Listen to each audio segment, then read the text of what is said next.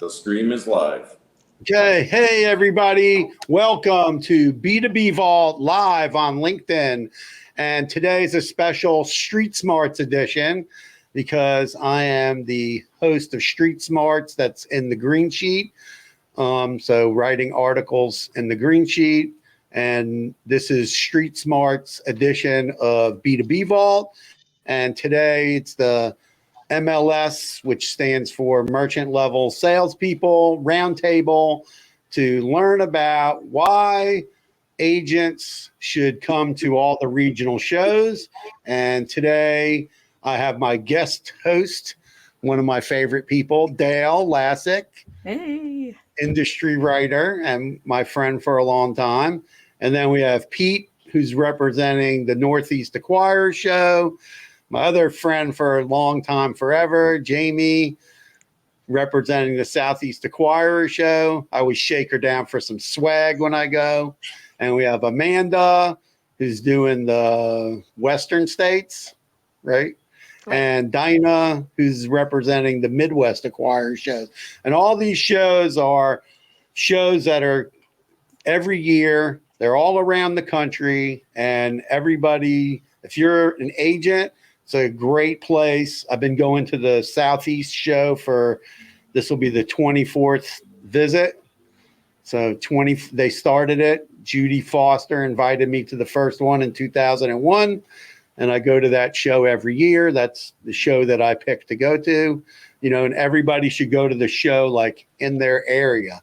So I'm going to let Dale kick it off and we'll give everybody a chance to answer questions. Be nice. Everybody wants everyone to come to their show. So we love each other. Thank you so much, Alan. And I want to thank B2B Vault for hosting this special episode. And I also want to give a shout out to the Green Sheet. We thank you very much for sponsoring this. And, it's really exciting for me to be back here with the Street Smarts columnist because, as some of you may remember, a decade ago, I was actually a Street Smarts columnist for the Green Sheet. And, it's amazing to see how much has changed and how much is the same. The platforms have definitely changed, and for the better, I think. It's really, we didn't have this type of platform before to amplify our voices, but it's super exciting to be here with all of you. And I've also known all of you for a very long time, and I consider you some of my closest friends in the industry. And I would love to get your thoughts on why it's beneficial for merchant level salespeople to attend regional shows. Don't rush. Who wants to go first? Well, there's so many benefits that we probably spend hours talking about them. But a lot of it is just, they're affordable, they're educational, and they're a place to network. So each of us have gone to many of the shows. I've been involved with Northeast for 30 years or so. It's the original of the regionals. And you see so much. You go into the different conference centers and each of us try to move our show different areas within our region to get the most people there that may not be able to travel so far or for so long and whatnot. And so you sit on sessions. You'll see sessions about, cash discount, surcharging. And we had one of the most amazing sessions as our keynote speaker, a gentleman, Connor, that talked about AI and how ChatGPT and AI really is transforming the industry and how we perceive it and do things. So it's definitely a great show. Each of the regions are great shows to be at, and they have so many benefits. Thank you, Pete. And to your point, the NEAA was the first regional show. When did it actually start? What year? Do you remember? Or I'm going to say around 1980. Wow, that's incredible. We're, I should notice too, being a board member, we just put out our, established icon. I'll look that up real quick.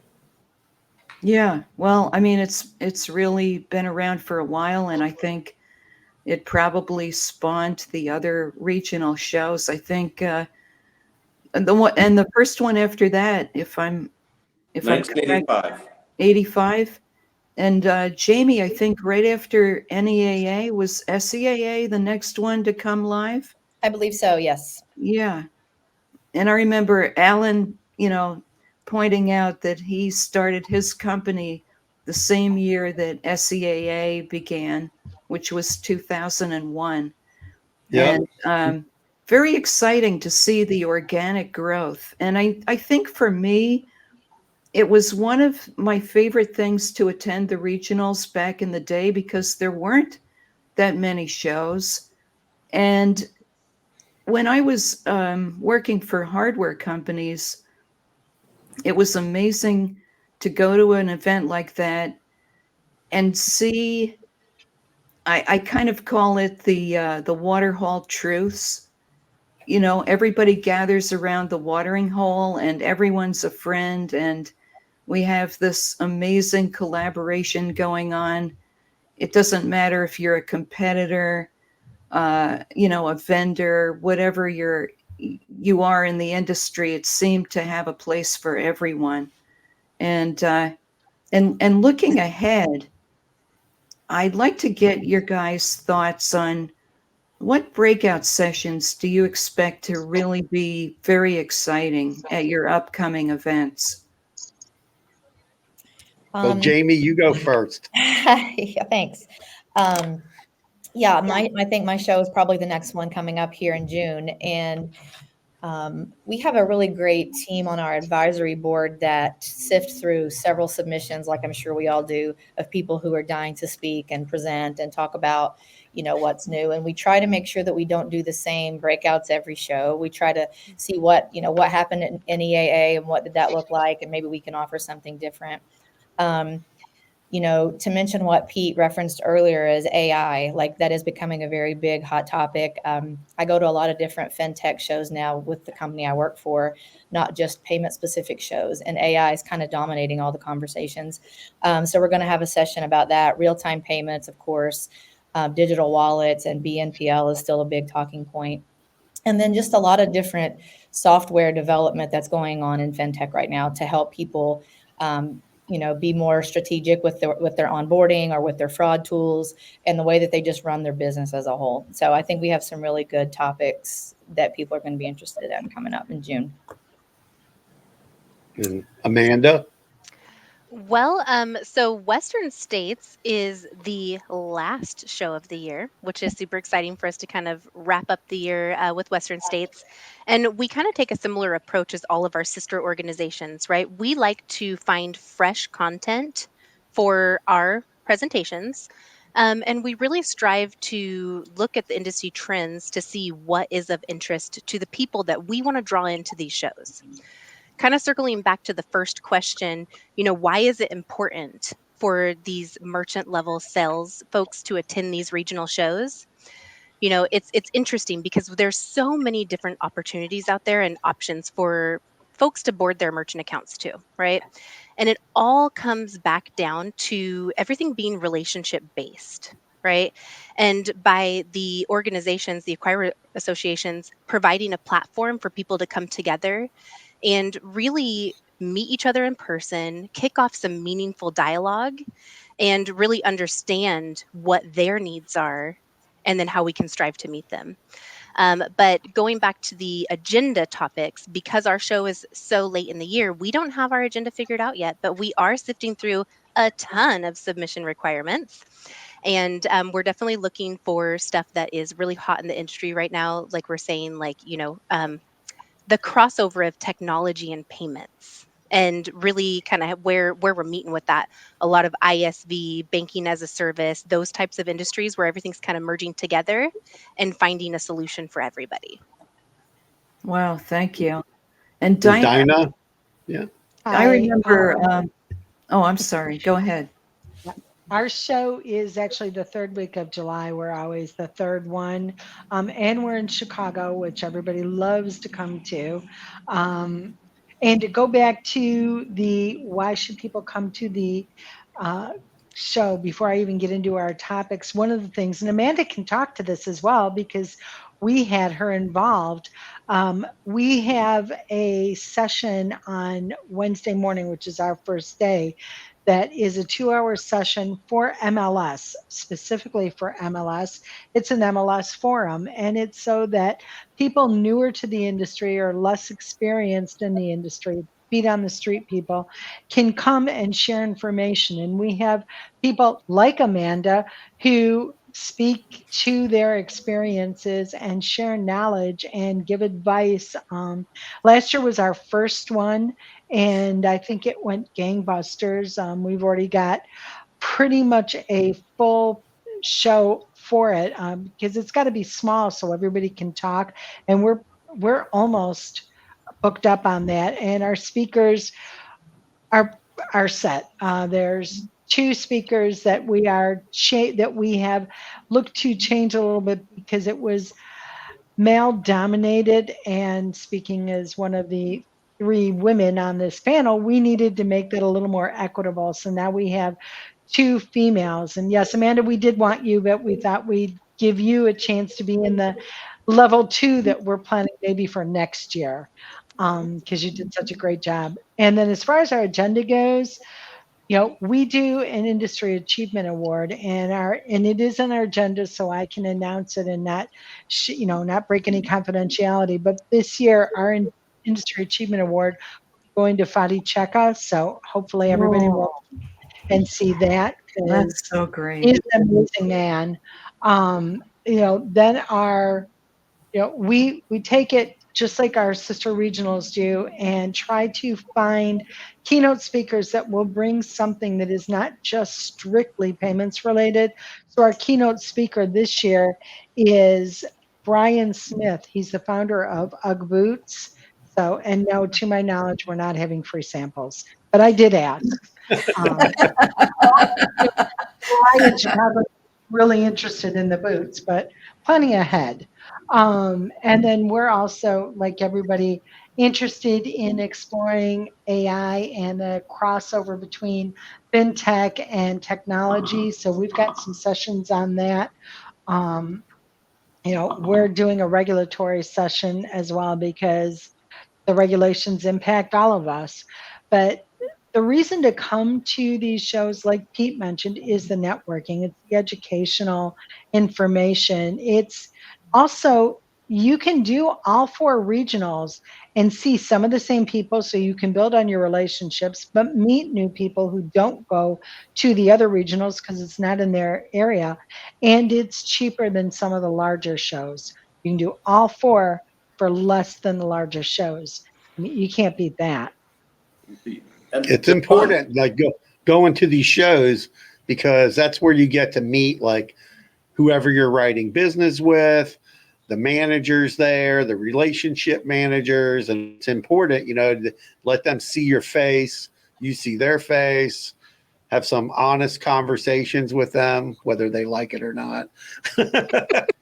And listen, it's important to build those relationships with people and meet new people and see all the product innovations and all the things that people are doing. Some of it's not ready for prime time yet, but you get to see exactly like what's coming down the pike.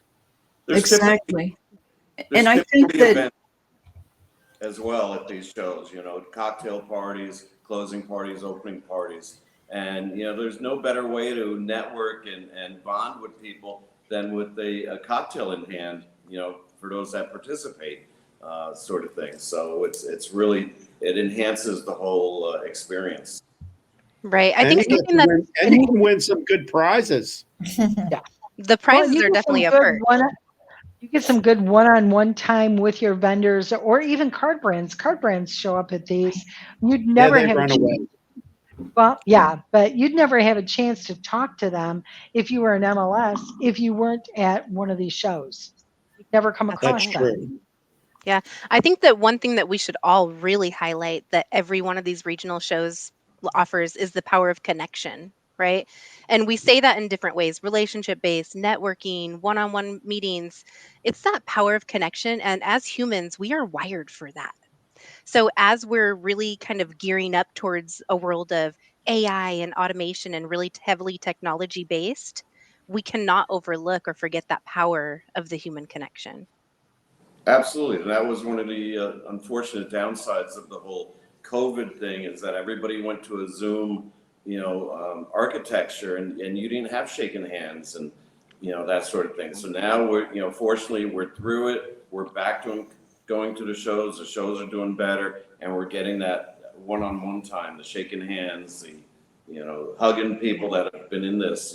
Dale and I have known each other for 30 plus years, and first thing I see Dale, I run across the room and give her a big hug and find out what's going on and that sort of thing. So, I have to agree, Pete. And when I reflect on how far we've come since 1985, when I think about some of the topics that are trending right now, digital wallets, AI, none of this even existed back then.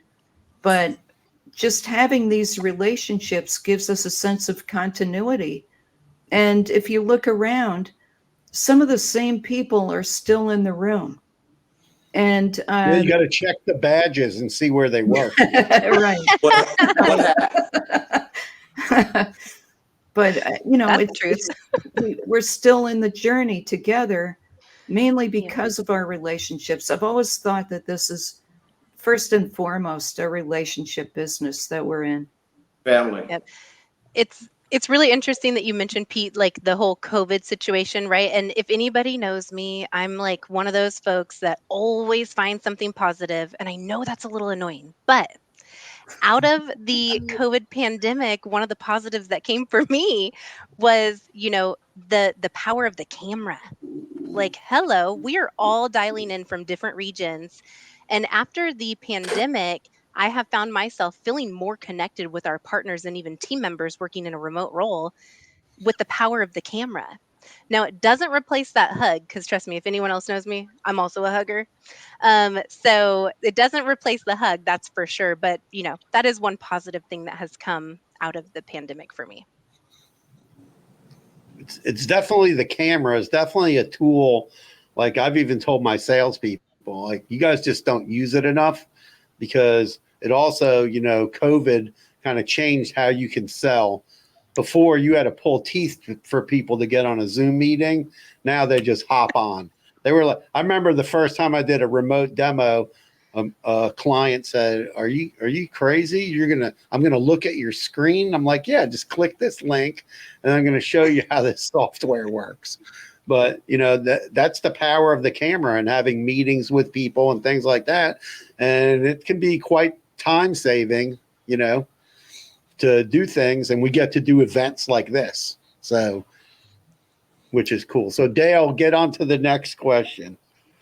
Okay, I will, Alan. Thank you very much.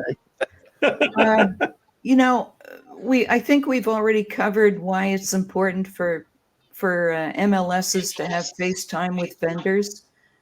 But the other thing that is really interesting to me as I look back at all of the regional shows I've attended over the years is that there's more and more of a big show vibe in these exhibit halls. I remember when it was just a little meeting, of friends getting around and maybe a few tabletops.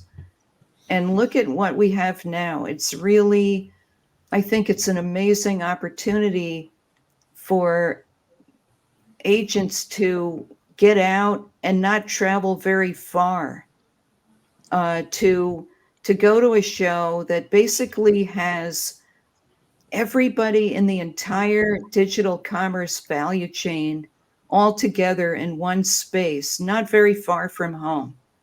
So the investment is definitely a powerful ROI. Maybe you just drive there. Maybe it's a short flight, but it's definitely worthwhile. And I'd like to get your thoughts on why it's important, you know, why it's important to meet with some of the brands that are really the powerful brands in our industry, What can an MLS expect when they go and they introduce themselves and they meet somebody from a card brand or a major network? And what type of relationships can they cultivate? I think the value to the agents going to the shows and many of the agents have a challenge that they're out there trying to succeed with.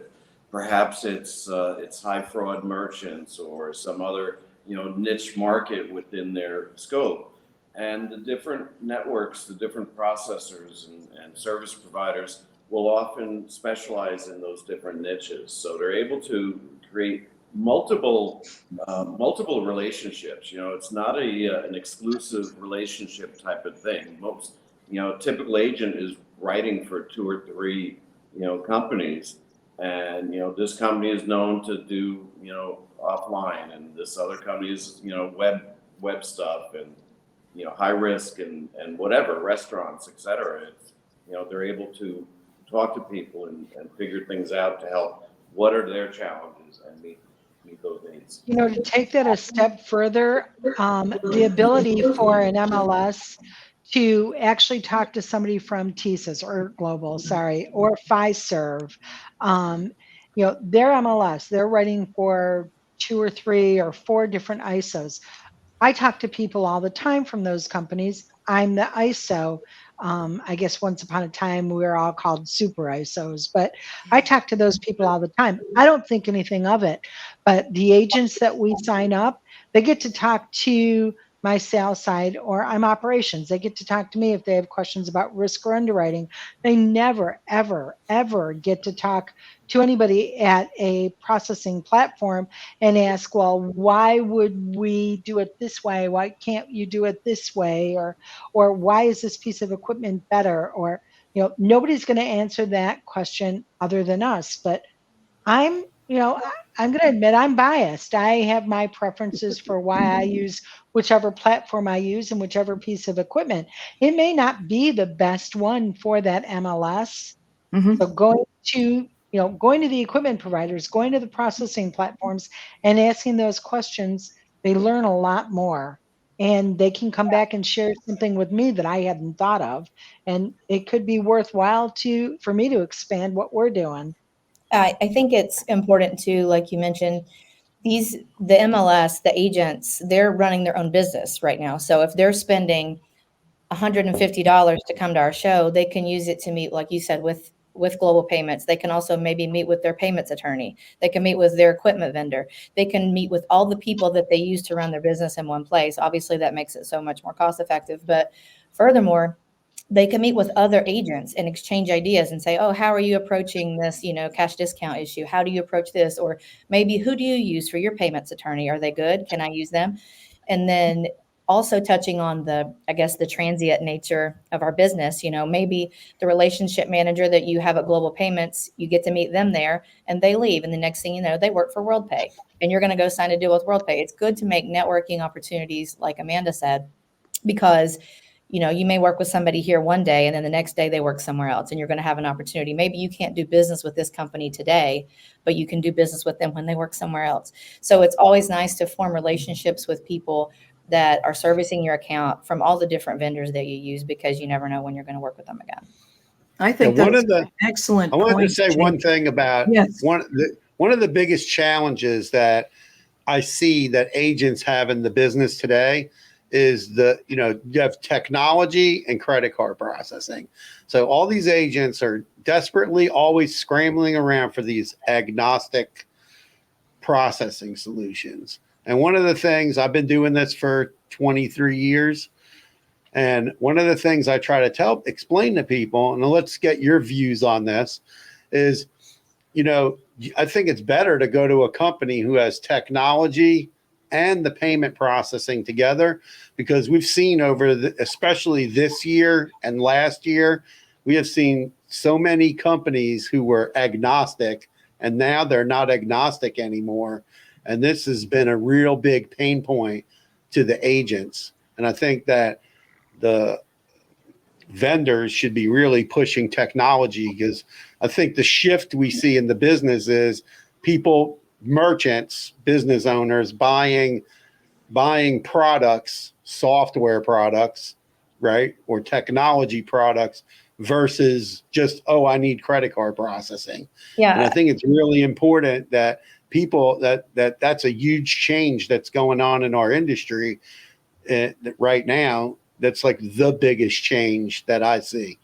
Yeah. What do you guys think about that? I talk at the moment, for me, I talk only to e-commerce merchants, right? And typically when somebody is maybe a smaller merchant, it seems like now they're starting out with like a Shopify or a Square or a Stripe. Then their business grows, they grow up a little bit, and they want a real merchant account, right? They want a real payment stack. They want to get a payment gateway. They want to get, but what they're coming to us, to your point, is, when they were using Shopify or when they were using Square, everything was included for them, right? They had PCI was included. They may have fraud tools built into their solution. They have a payment gateway. They have a shopping cart. So I think whenever MLS are looking at this, they need to be looking at technology solutions that offer a full service, not just the processing. They need to be able to offer them everything that they need to run their business so that they can have all that like they're used to. Whenever it's easier to get them away from the Shopify and the Square if you have more stickiness and you can offer them more things than just processing. And that's what most of the merchants that come to us are looking for, a full solution. Yeah, everybody wants the new term is embedded payments. Correct. Alan, That's how are you like going to the steal new my buzz thunder? Oh, sorry. That was literally what I was just gonna say. How funny. Great So one. 100%, right? That's the power of these platforms that the Acquirers Association offers, is that meeting place, that common ground where everyone kind of takes off the gloves when they walk into the exhibit hall.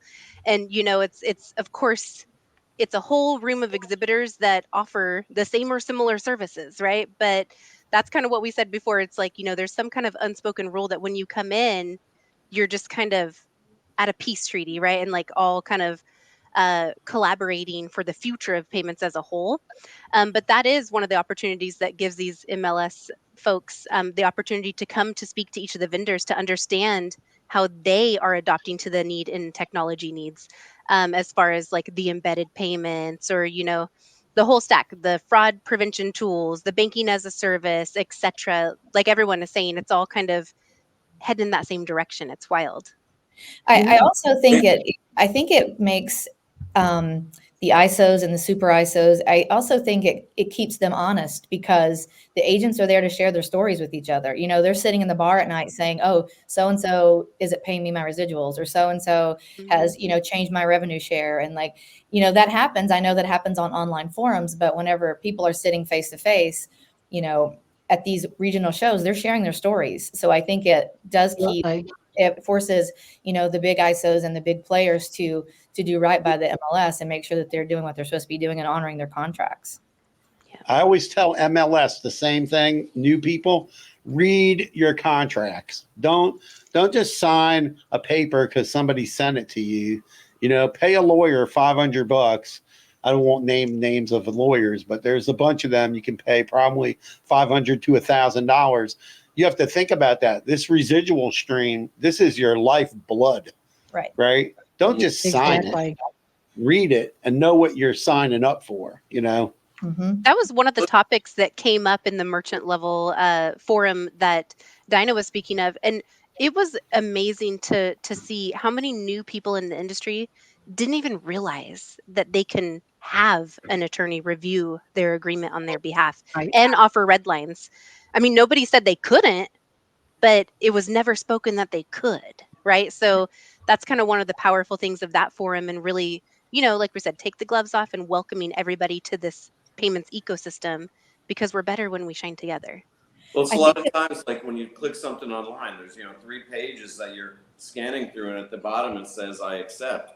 Who reads all that stuff in reality? Exactly. And when it's your revenue stream, as Alan mentioned, you need to read it. Do you have a 2-year residual plan with your partner, or is it perpetual? These are different things, different options that are available out there. And I think the new agents don't realize all those things. So they learn at our shows all these different things. And one of our favorite words is, right, gossip. What's going on and who's doing that and who's paying this and et cetera, et cetera. But I want to flip it a little bit too, not just the agents that these shows are extremely valuable for is, but also to hardware vendors. And, a couple of us on this forum here have been around a little while, and I think there's only one brand of hardware that's still using that name and hasn't been bought and merged with somebody else. It's really a whole new player of folks out there. And, and some are, as Alan mentioned, they're doing the full service. They're a virtual cloud terminal, and providing back-end services as well. So the whole thing changes, and that rep is able to see all the MLSs. They're able to see the ISOs, the partners. I mean, instead of, flying out to a dozen different cities, you get them all right there in one place. It's just an amazing show for so many different, aspects.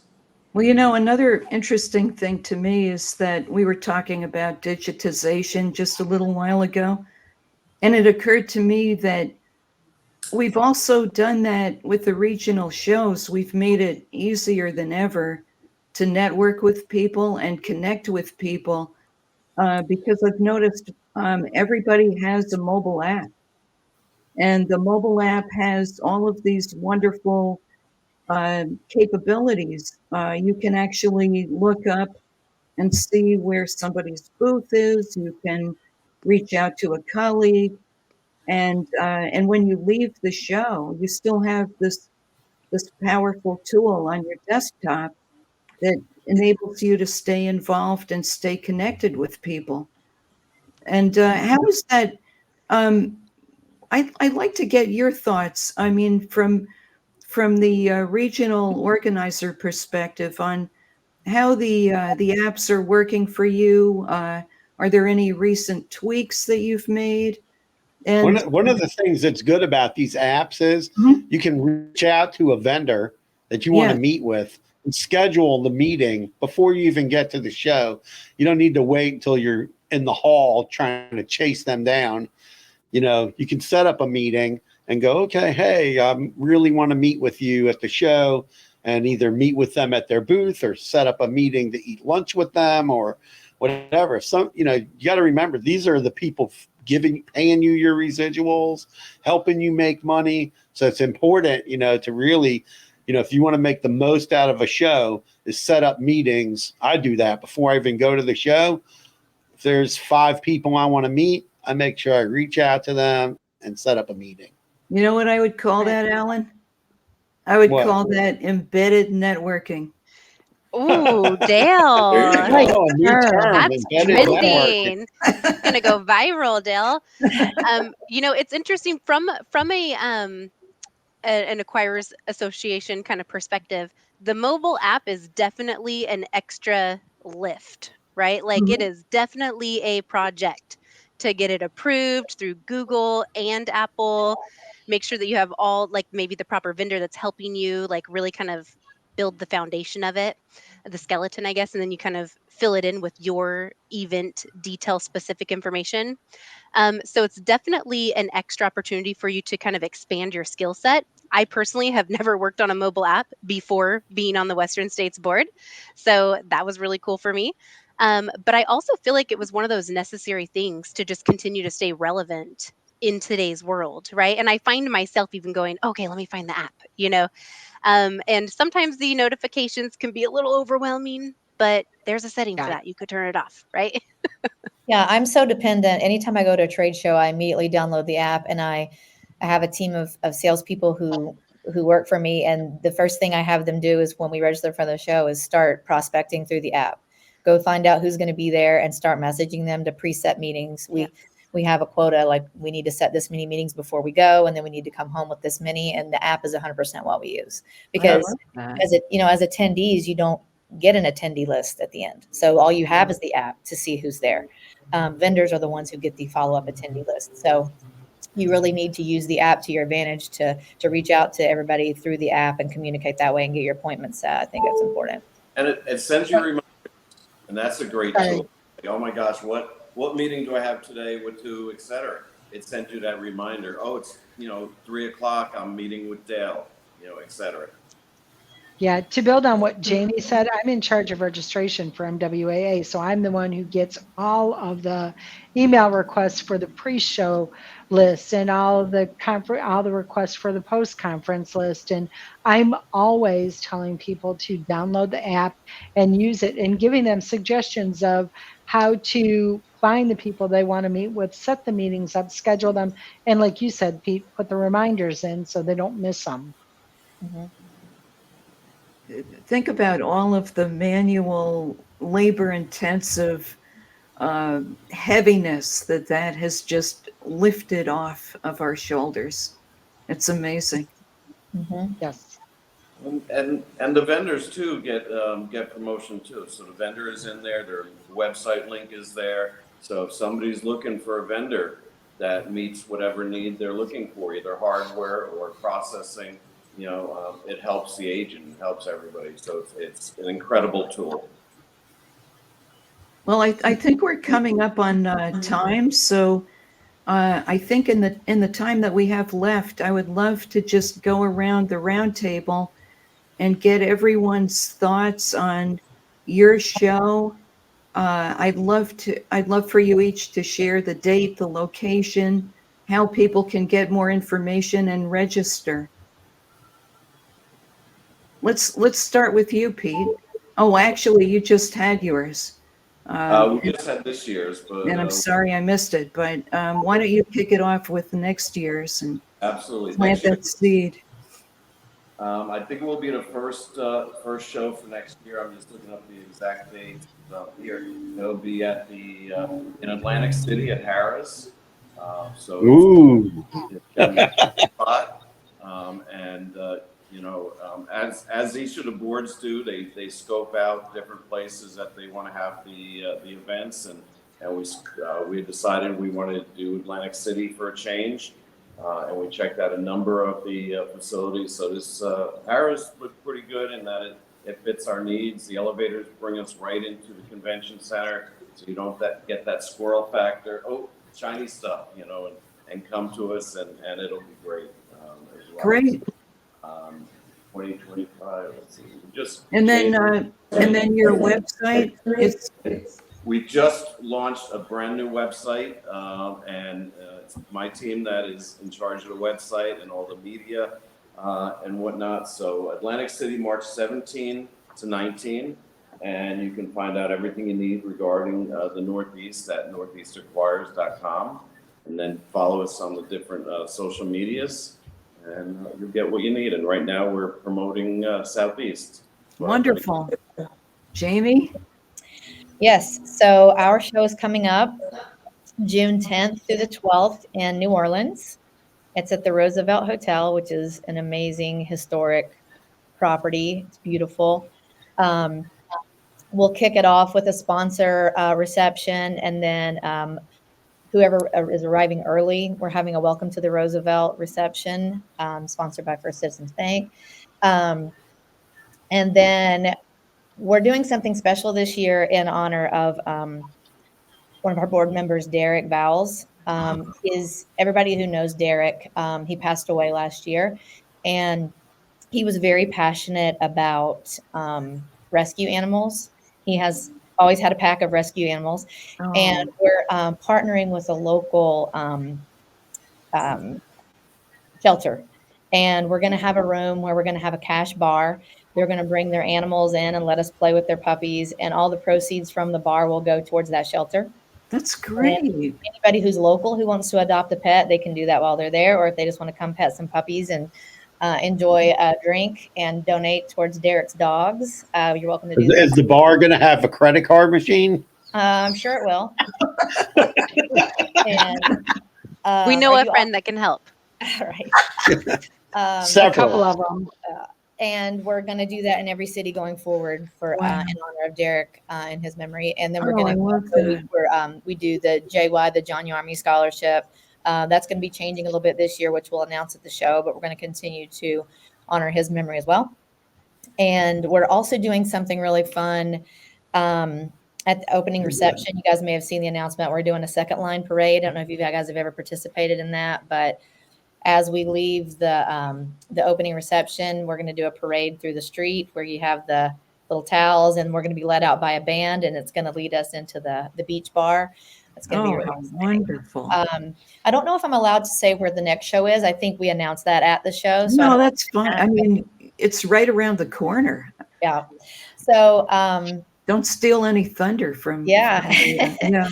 But any information that you'd like to get is at southeastacquires.com. Wonderful. I also just want to say that we have great event planners that help us, Cypress Planning.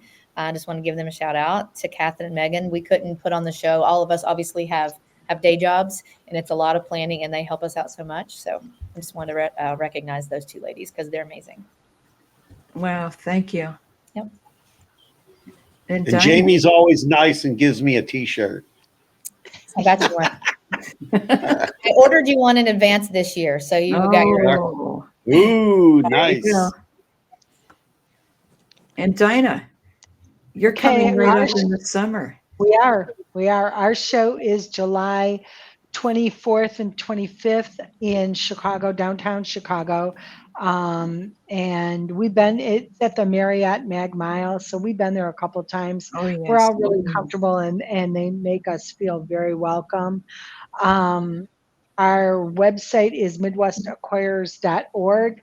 And if you have questions and you just shoot something to the info box or registration box, you'll get me or another board member. We're all obviously very involved at this point, planning things. We're moving to our weekly meetings, because we're getting closer, but it's going to be a great show. And for all of the people who are asking, yes, we're going to have karaoke again this year. So make sure you come with your best singing voice. That's always a really good time. I don't know that we figured out what else we're doing for the parties. We had our planning meeting about 4 weeks ago in Chicago, and there were so many options we actually had to table it to our next call. So I'm curious to see what we'll come up with, but you don't want to miss the show. No, absolutely not. And I think it's so poetic too that there's 4 regionals, there's 4 seasons, there's 4 quarters, and you're evenly distributed. You each get your own quarter, your own season, and your own very special show in a very special region. So, Amanda. All right, fabulous. It's always a wonderful thing when you have options and you're forced to choose, right? So I'm sending you guys all the vibes, and I'll be there. So Western States Conference this year, WASA is turning 21 this year, guys, and we're turning 21 Wow. in Vegas. We are hosting at the Red Rock Casino and Resort. That's going to be September 17th through the 19th. Fantastic. And I love that each show kind of does something a little special, right? And one of the things that Western States does is the golf tournament. And so the golf tournament is actually in honor of one of our founding members, Ken Elderts is his name. And so it's just been kind of continuing to be honoring his memory as well. But the golf tournament is going to be on the 17th at the TPC Las Vegas golf course. So it's going to be fabulous, of course. And we're looking forward to seeing everybody there. And side note, they have a wonderful spa. Oh, how great. I've been there. It is great. Wow. I just can't think of a better way to honor such great people in our industry. Ken Elderts, Yarmy, Vowels, what fabulous people. I mean, industry icons. And what a beautiful tribute to all 3 of them. Alan, Okay, so any final thoughts on the final thoughts. If you've never attended a show, I would suggest you go to the shows because it's important. Your business will change once you go to one of these shows. You will really see the value in meeting all these great people and making connections with your vendors, meeting new vendors, talking to people from card brands. Although if you say, cash discount. They'll run, but that's okay. So, listen, regulatory was mentioned. It's everybody's on pins and needles with that, and government intervention into our business. That's why it's important to go to these shows to see what's being discussed and actually hear it from experts in the industry and not just the rumor mill on Facebook and LinkedIn, so that's why it's important to go out to these shows, and that way you have these connections with people and that you're getting quality, good information. And so I want to thank the Green Sheet because they never did a live before. And I said, we're going to do live for the Green Sheet for Street Smarts, by B2B Vault. Everybody check out my podcast, B2B Vault. It's everywhere, Spotify, Apple, wherever you listen to podcasts. We always do posts on LinkedIn, Facebook, and it's on YouTube. If you like to watch rather than listen, you can see everybody's smiling face. And we're going to be doing a couple of more of these throughout the year that I'm the Street Smarts columnist, and hopefully try to bring, the Green Sheet used to have the forum, and that was like the very active place for all the agents to go. So people are watching this now, and they'll watch the replay or hear the replay. So this is for the agents and we're going to cover more interesting subjects coming up throughout the year. And hope everybody enjoyed being a guest today. Thank you to Pete. Thank you to Jamie, Amanda, Dinah, and always Dale. Thank you. Thank you for having us. Thank you. Thank, All right, thank you're you. welcome. Thank you so much. And thank you to the associations, the acquirer associations, for providing the platform for folks to come together and future-proof their portfolios. Yep. Yep. All right. Absolutely. Bye, everybody. Cheers all. Thanks. Bye-bye. See you guys soon.